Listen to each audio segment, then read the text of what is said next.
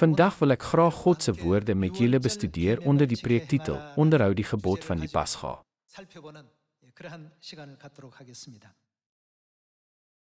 Baie mense lees die Bybel. Word die Bybel nie as die wêreld se topverkoper beskou nie. Baie mense lees die Bybel om God se voorsienigheid van verlossing te ontdek.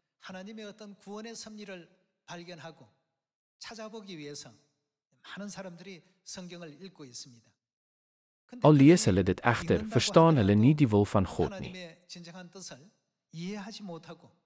Met menslike wysheid is dit onmoontlik om die pad van verlossing van God te ontdek.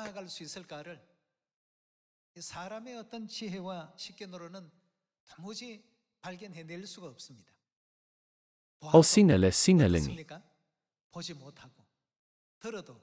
Al hoor of verstaan hulle nie. Waarlik, dit is geheimsinnig hoe ons nie die Bybel kan verstaan voordat God dit vir ons kom verduidelik nie, al lees ons dit 1000 keer.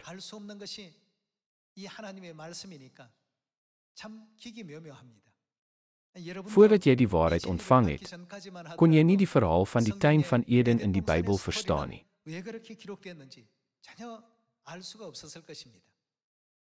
Dit is omdat die Bybel geskryf is volgens die diepgaande wil van God. In 2 Petrus hoofstuk 3 waarsku dit ons dat die arbitrære interpretasie van die Bybel tot vernietiging sal lei. Bo alles, as ons nie uitvind wie die verlosser is nie, sal ons nooit die weg na die hemel vind nie, sal ons.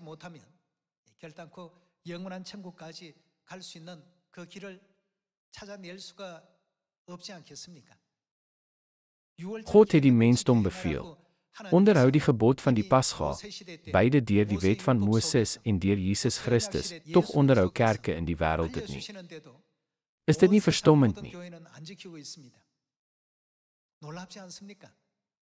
Hulle lees die Bybel honderde kere, maar hulle kan dit nie verstaan nie. 'n Kerk wat nie persoonlik deur God geleer word nie,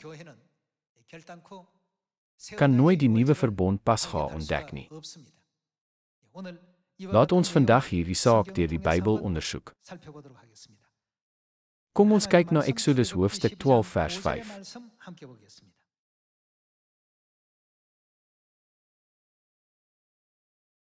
Jaarhout ramlam sonder gebrek moet julle kies, uit die skape of die bokke kan julle dit neem. Julle moet die lammers veilig hou tot die 14de dag van hierdie maand. Die hele byeenkoms van die volksvergadering van Israel moet dan laatmiddag hulle lammers slag. Hulle moet van die bloed neem en dit smeer aan die sykante en bokant van die deurkosyne by die huise waarin hulle dit eet.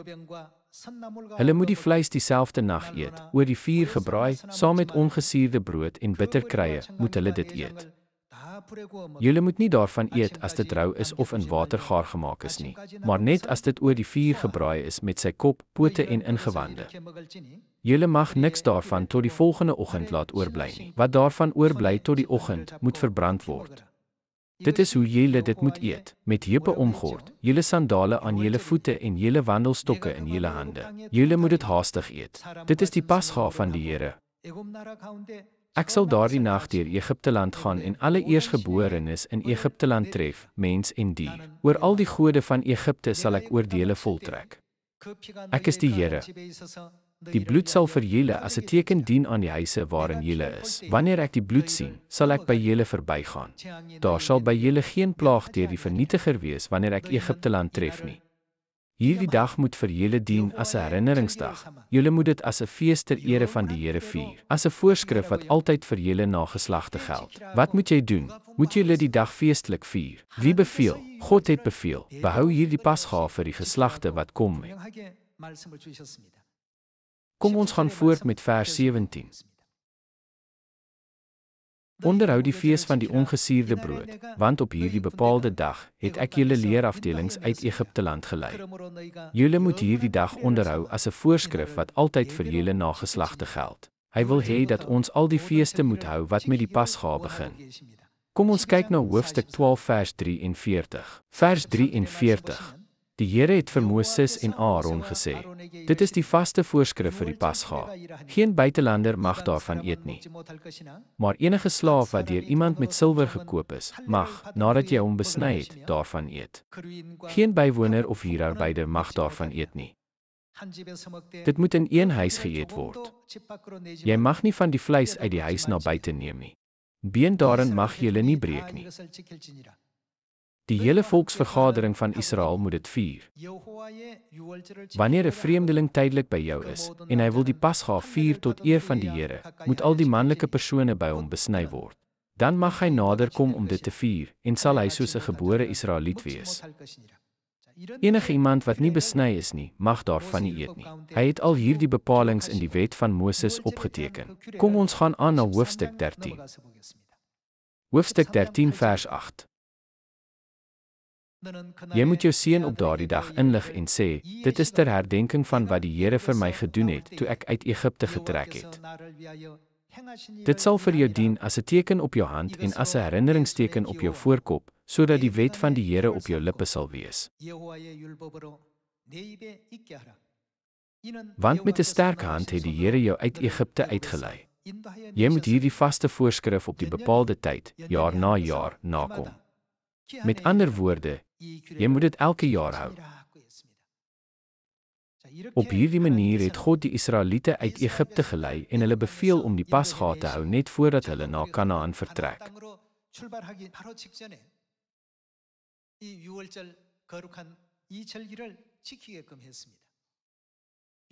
In elke huishouding van die Egiptenaars wat nie die Pasga gehou het nie, is die eersgeborenes van beide mense en diere gedood.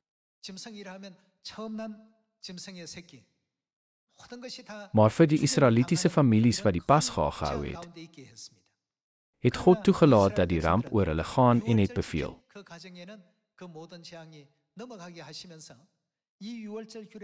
hou hierdie Pasga jaar na jaar op sy vasgestelde tyd.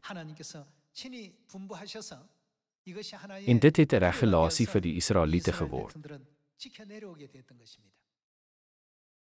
Met verloop van jare is die Pasga egter afgeskeep, maar in die tyd van koning Josia is dit weer gehou.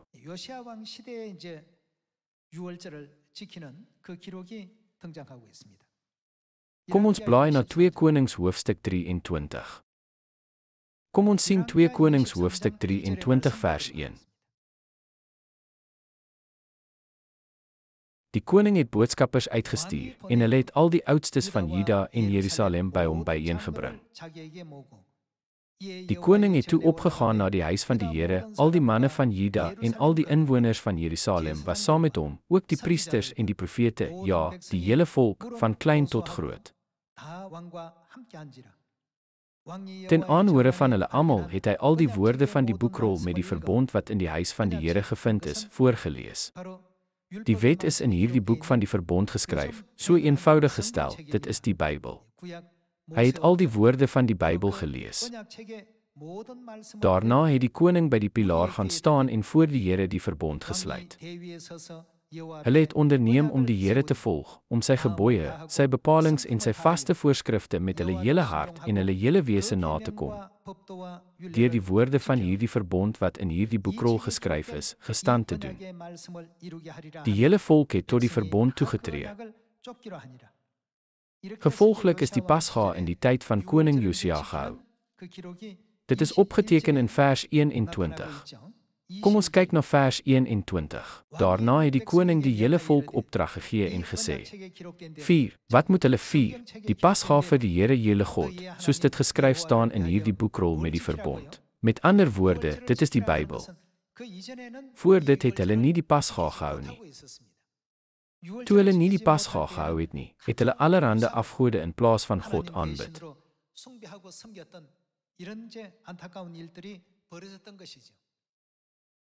Toe hulle egter die Bybel lees wat hulle in die heiligdom gevind het,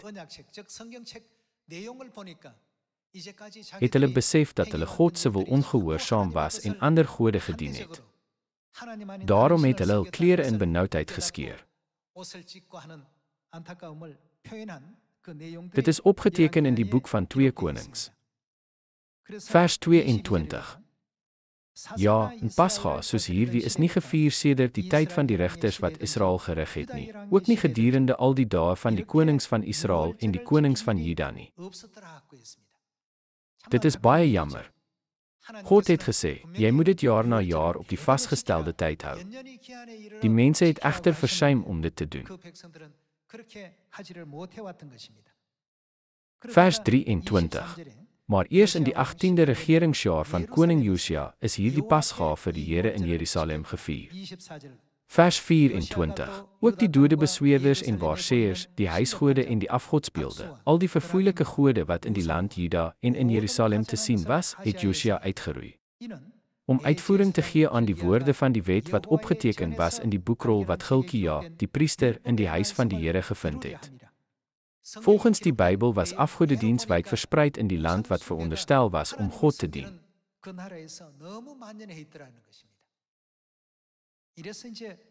Daarom het koning Josia al die afgode vernietig en die volk beveel om die Pasga te vier.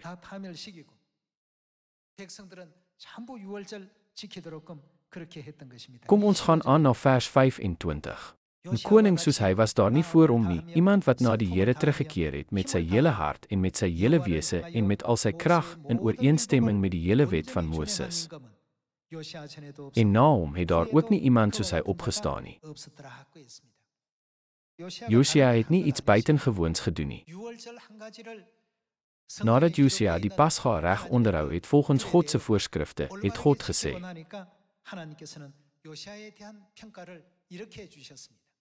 Hy het God gedien met sy hele hart en met sy hele siel en met al sy krag.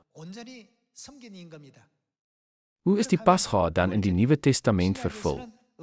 Laat ons oopmaak vir Matteus hoofstuk 26. Jesus Christus, wat gekom het om die mensdom te red, wou ook hê dat God se mense die Pasga moes hou.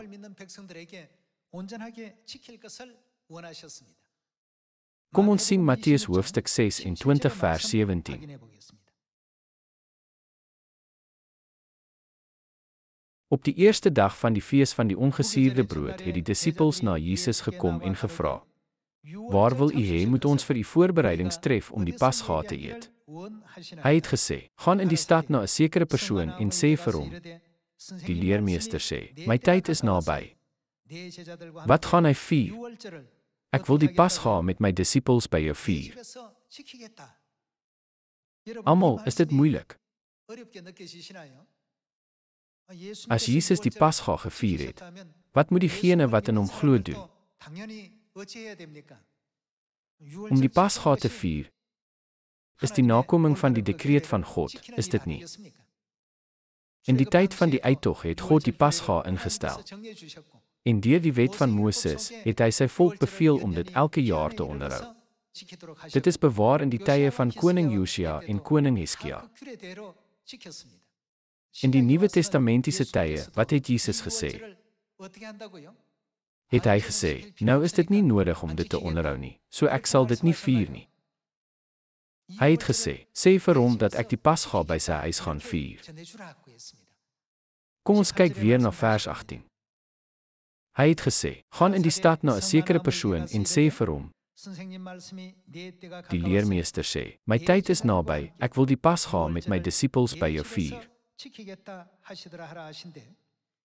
Die disippels het gemaak soos Jesus hulle beveel het en die Pasga voorberei. Kom ons kyk hoe Jesus die Pasga gevier het. Kom ons gaan aan na vers 26. Terwyl hulle eet, het Jesus brood geneem, en nadat hy die seëngebed uitgespreek het, breek hy dit, gee dit vir die disippels en sê: Neem, eet, dit is. Wat is dit? My liggaam. Toe het hy die beker geneem, gedank, dit vir hulle gegee en gesê: Drink almal daaruit. Want dit is my bloed, die bloed van die verbond wat vir baie uitgegiet word tot vergewing van sondes. Op hierdie manier het hy vir hulle die Pasgabrood en wyn gegee. Waarom word die Pasgalam in die Ou Testament vervang deur die Pasgabrood en wyn, wat Jesus se vlees en bloed in die Nuwe Testament verteenwoordig? Kom ons kyk na 1 Korintiërs hoofstuk 5 vers 7. In hoofstuk 5 vers 7 staan daar geskryf: Verwyder die ou suurdeeg, sodat julle nuwe deeg kan wees, soos julle inderdaad ongesuurde brood is. Want ook, watter soort lam is Christus? Ons pasgalam, Christus, is geslag. Jesus was die werklikheid van die pasgalam.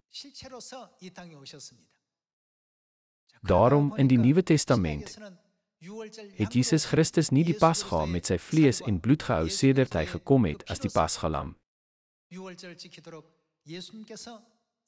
en dit die nuwe verbond genoem nie. Kom ons kyk na Lukas hoofstuk 22. Lukas hoofstuk 22 vers 7.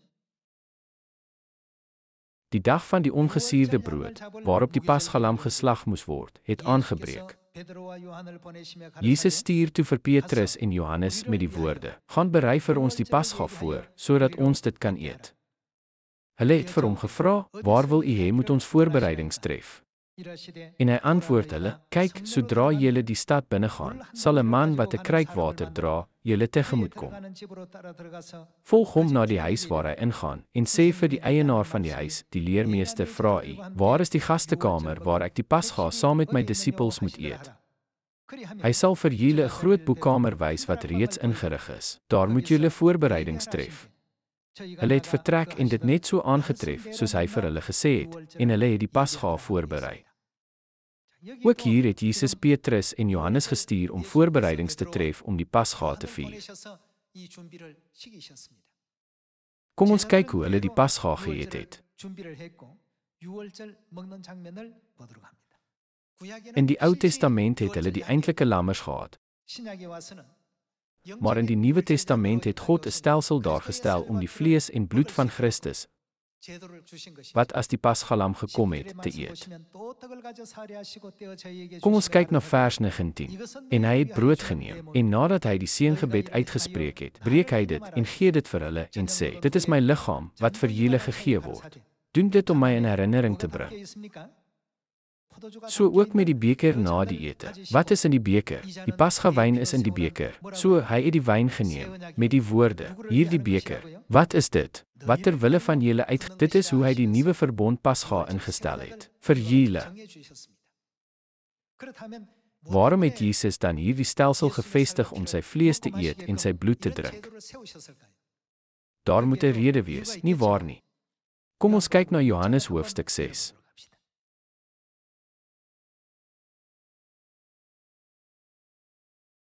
Johannes hoofstuk 6 vers 53. Daarop sê Jesus vir hulle: "Amen, amen, ek sê vir julle, as julle nie die liggaam van die Seun van die mens eet en sy bloed drink nie, met ander woorde, tensy jy Jesus se vlees eet en sy bloed drink, het julle, wat het jy? Geen lewe in julle nie. Of ons lewe het of nie, hang daarvan af of ons die vlees en bloed van Jesus eet en drink of nie." Jesus het ons dit geleer. Vers 54. Wie my liggaam eet en my bloed drink het, wat het hy? Die ewige lewe, en ek sal hom op die laaste dag laat opstaan. Want my liggaam is ware voedsel en my bloed is ware drank. Wie my liggaam eet en my bloed drink, bly in my en ek in hom. Soos die lewende Vader my gestuur het, en ek deur die Vader leef, so sal die een wat my eet, ook deur my leef. Diegene wat nie Jesus se vlees eet en sy bloed drink nie, het geen lewe nie. En hulle bly nooit in hom nie, en hy bly ook nie in hulle nie. Volgens hierdie woord van Jesus is die bewering deur kerke in die wêreld dat Jesus in hulle bly 'n leuen. Wanneer het hulle ooit die pasga gehou? Al die profete het die pasga gehou. Jesus het Petrus en Johannes opdrag gegee om die pasga te hou. Alhoewel dit in die Bybel opgeteken is, versuim kerke in die wêreld om dit geestelik te erken. Al staan daar duidelik in die 4 evangelies geskryf dat dit volgens die wil van Jesus gedoen is, ontken hulle die waarheid. Dus, hoe kan God in hulle bly? Jesus het gesê dat dit die enigste manier is vir hom om in ons te bly en vir ons om in hom te bly. In Matteus 26, wat het Jesus die Pasgabrood en wyn genoem? Dit is my vlees, dit is my bloed. Het hy nie so gesê nie? Watter regulasie het God ten opsigte van sy vlees en bloed ingestel? God het die regulasie aangestel wat bekend staan as die Pasga. Dan diegene wat nie die Pasga hou nie, kan nooit die ewige lewe hê nie. Kan iemand wat nie die ewige lewe het nie die hemel ingaan? Nee. Hoekom is dit? Slegs diegene wat die ewige lewe het, kan die koninkryk van God binnegaan. Kom ons kyk na Openbaring hoofstuk 21 vers 4.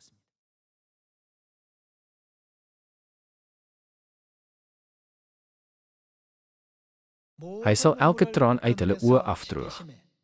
En die, wat sal daar nie meer wees nie? Dood sal nie meer daar wees nie, ook nie rou of 'n gehuil of pyn sal meer bestaan nie, want die eerste dinge het verbygegaan. Hy wat op die troon sit, het gesê, kyk, ek maak alles nuut. En hy het ook gesê, skryf neer dat hierdie woorde betroubaar en waar is. 'n Wêreld waar daar geen dood meer is nie, is die koninkryk van die hemele. Waarheen gaan diegene wat die ewige lewe het deur die nuwe verbond Pasga? Hulle gaan na die ewige koninkryk van die hemele. Daarom ongeag hoe vurig mense uitroep, Here, Here, sal hulle pogings te vergeefs wees. Te vergeefs vereer hulle my. Is dit nie in Matteus hoofstuk 15 geskryf nie? God het vir ons die Pasga gegee.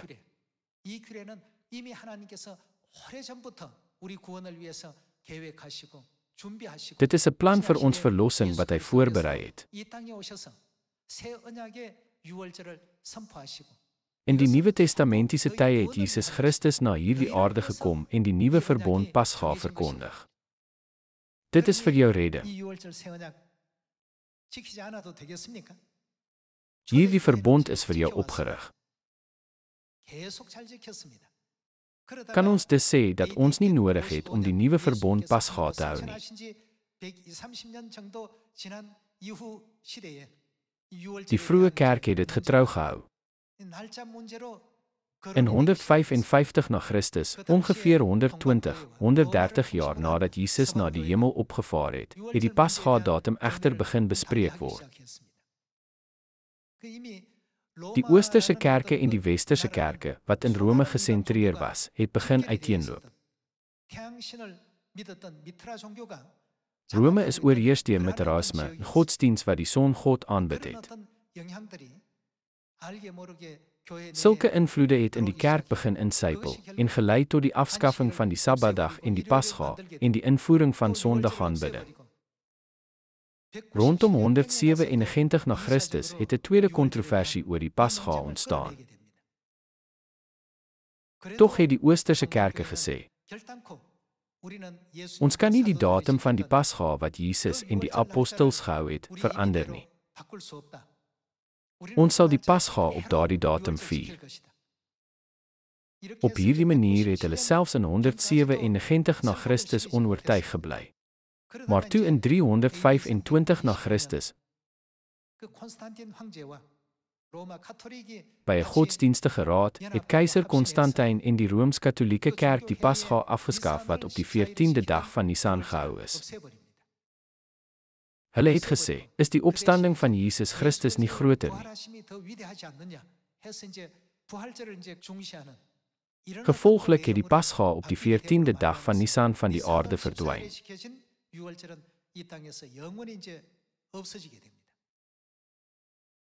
Die Pasga is nog vir ongeveer 300 jaar na Jesus gehou. Maar vandag hou geen kerke die Pasga nie. Kan ons sê dat hulle God se wil volg? Hulle volg die bevel van keiser Konstantin, nie die bevel van God nie. Om 'n Romeinse keiser te word, moes 'n mens die hoëpriester van die songod word. Met ander woorde, hulle volg die leerstellings van die songod godsdiens. Daarom het hulle Sondagaanbidding en Kersfees aangeneem wat die songod vereer.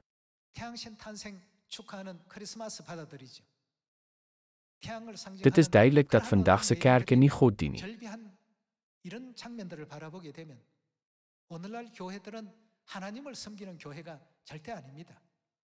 Om bloot die naam 'n kerk te hê, maak dit nie 'n kerk nie. Jy moet verstaan dat hulle die naam van die kerk het, maar die songod aanbid.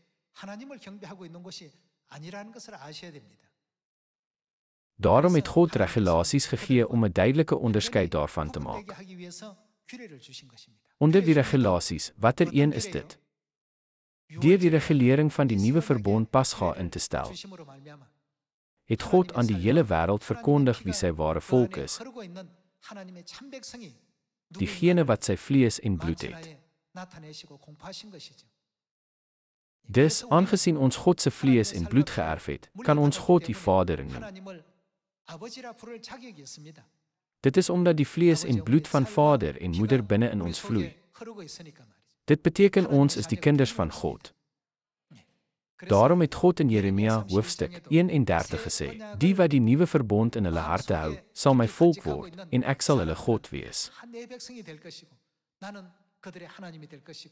Verder, wat sal God met hulle sondes doen? God sal die sondes vergewe van diegene wat in die nuwe verbond is.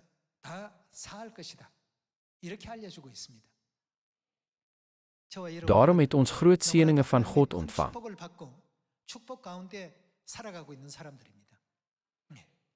Mense is bang vir die dood, want hulle het geen toekoms nie. Wanneer ons hierdie wêreld verlaat, ontmoet ons God en keer terug na ons huis, die hemel. Waarom moet ons hierdie geseënde nuus net vir onsself hou?